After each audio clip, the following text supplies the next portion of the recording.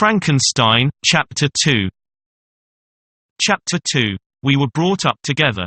There was not quite a year difference in our ages. I need not say that we were strangers to any species of disunion or dispute. Harmony was the soul of our companionship, and the diversity and contrast that subsisted in our characters drew us nearer together. Elizabeth was of a calmer and more concentrated disposition. But, with all my ardor, I was capable of a more intense application and was more deeply smitten with the thirst for knowledge. She busied herself with following the aerial creations of the poets. And in the majestic and wondrous scenes which surrounded our Swiss home, the sublime shapes of the mountains, the changes of the seasons, tempest and calm, the silence of winter, and the life and turbulence of our alpine summers, she found ample scope for admiration and delight. While my companion contemplated with a serious and satisfied spirit the magnificent appearances of things, I delighted in investigating their causes. The world was to me a secret which I desired to divine. Curiosity, earnest research to learn the hidden laws of nature, gladness akin to rapture, as they were unfolded to me, are among the earliest sensations I can remember. On the birth of a second son, my junior by 7 years, my parents gave up entirely their wandering life and fixed themselves in their native country. We possessed a house in Geneva, and a campagna on Bellerive, the eastern shore of the lake, at the distance of rather more than a league from the city. We resided principally in the latter, and the lives of my parents were passed in considerable seclusion. It was my temper to avoid a crowd and to attach myself fervently to a few. I was indifferent, therefore, to my school fellows in general, but I united myself in the bonds of the closest friendship to one among them. Henry Clerval was the son of a merchant of Geneva. He was a boy of singular talent and fancy. He loved enterprise, hardship, and even danger for its own sake. He was deeply read in books of chivalry and romance. He composed heroic songs and began to write many a tale of enchantment and knightly adventure. He tried to make us act plays and to enter into masquerades, in which the characters were drawn from the heroes of Roncesvalles, of the Round Table of King Arthur, and the chivalrous train who shed the blood to redeem the Holy Sepulchre from the hands of the infidels. No human being could have passed a happier childhood than myself. My parents were possessed by the very spirit of kindness and indulgence. We felt that they were not the tyrants to rule our lot according to their caprice, but the agents and creators of all the many delights which we enjoyed. When I mingled with other families I distinctly discerned how peculiarly fortunate my lot was, and gratitude assisted the development of filial love. My temper was sometimes violent, and my passions vehement. But by some law in my temperature they were turned not towards childish pursuits but to an eager desire to learn, and not to learn all things indiscriminately. I confess that neither the structure of languages, nor the code of governments, nor the politics of various states possessed attractions for me. It was the secrets of heaven and earth that I desired to learn. And whether it was the outward substance of things or the inner spirit of nature and the mysterious soul of man that occupied me, still my inquiries were directed to the metaphysical, or in its highest sense, the physical secrets of the world. Meanwhile Clerval occupied himself, so to speak, with the moral relations of things. The busy stage of life, the virtues of heroes, and the actions of men were his theme.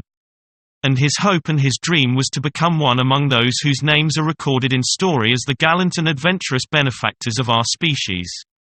The saintly soul of Elizabeth shone like a shrine-dedicated lamp in our peaceful home. Her sympathy was ours. Her smile, her soft voice, the sweet glance of her celestial eyes, were ever there to bless and animate us. She was the living spirit of love to soften and attract.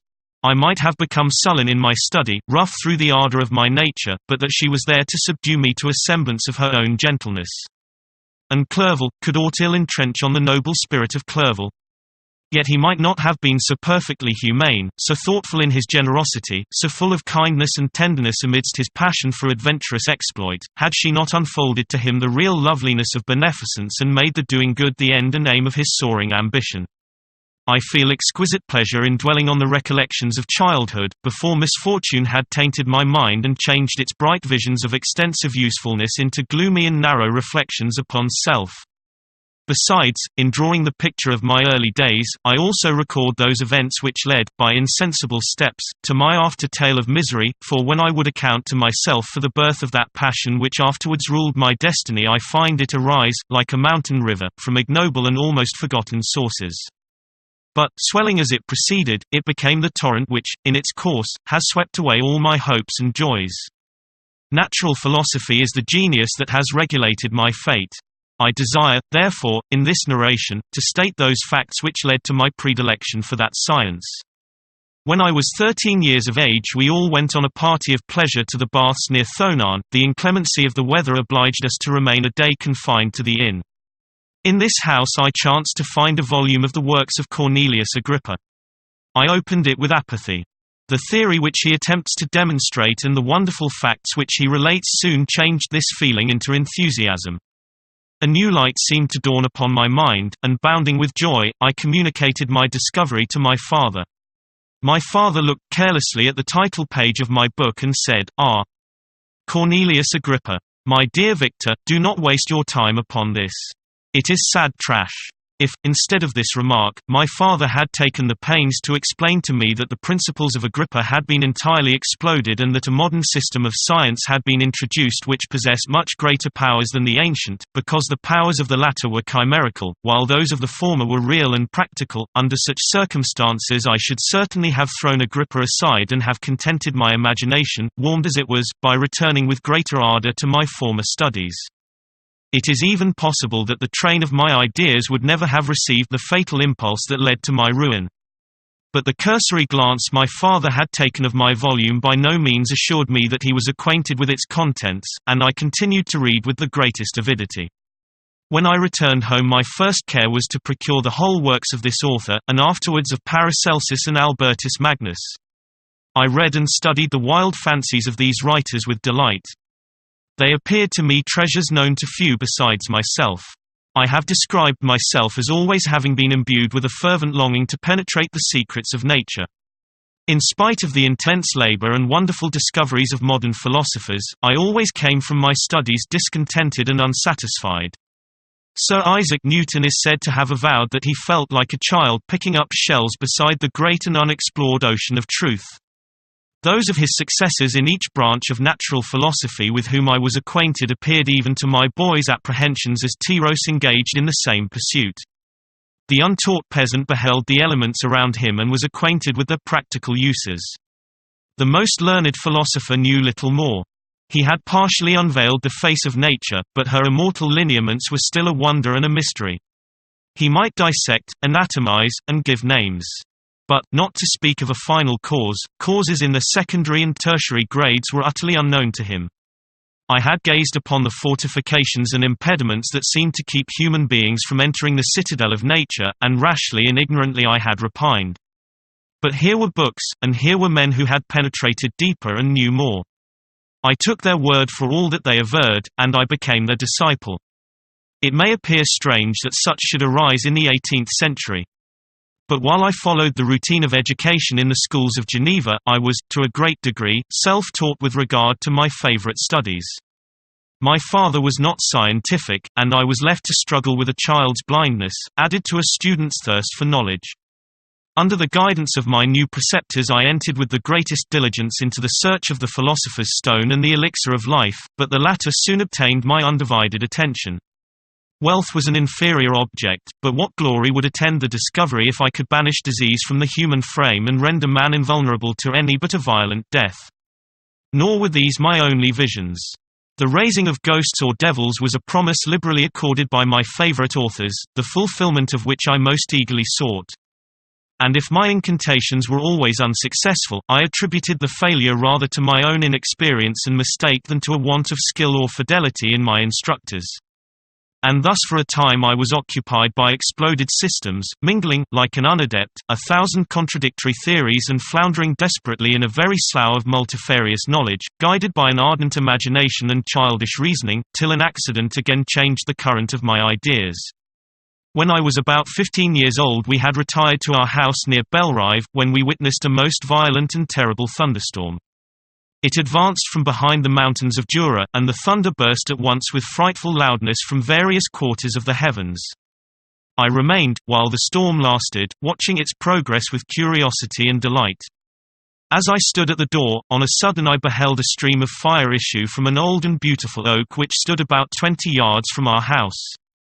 and so soon as the dazzling light vanished, the oak had disappeared, and nothing remained but a blasted stump. When we visited it the next morning, we found the tree shattered in a singular manner.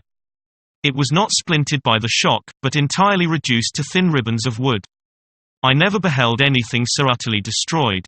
Before this I was not unacquainted with the more obvious laws of electricity. On this occasion a man of great research in natural philosophy was with us, and excited by this catastrophe, he entered on the explanation of a theory which he had formed on the subject of electricity and galvanism, which was at once new and astonishing to me. All that he said threw greatly into the shade Cornelius Agrippa, Albertus Magnus, and Paracelsus, the lords of my imagination. But by some fatality the overthrow of these men disinclined me to pursue my accustomed studies. It seemed to me as if nothing would or could ever be known. All that had so long engaged my attention suddenly grew despicable. By one of those caprices of the mind which we are perhaps most subject to in early youth, I at once gave up my former occupations, set down natural history and all its progeny as a deformed and abortive creation, and entertained the greatest disdain for a would-be science which could never even step within the threshold of real knowledge. In this mood of mind I betook myself to the mathematics and the branches of study appertaining to that science as being built upon secure foundations, and so worthy of my consideration. Thus strangely are our souls constructed, and by such slight ligaments are we bound to prosperity or ruin.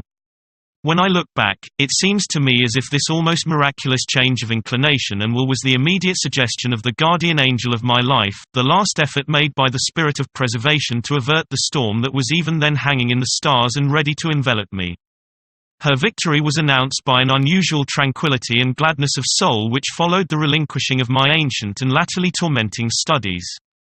It was thus that I was to be taught to associate evil with their prosecution, happiness with their disregard. It was a strong effort of the spirit of good, but it was ineffectual. Destiny was too potent, and her immutable laws had decreed my utter and terrible destruction.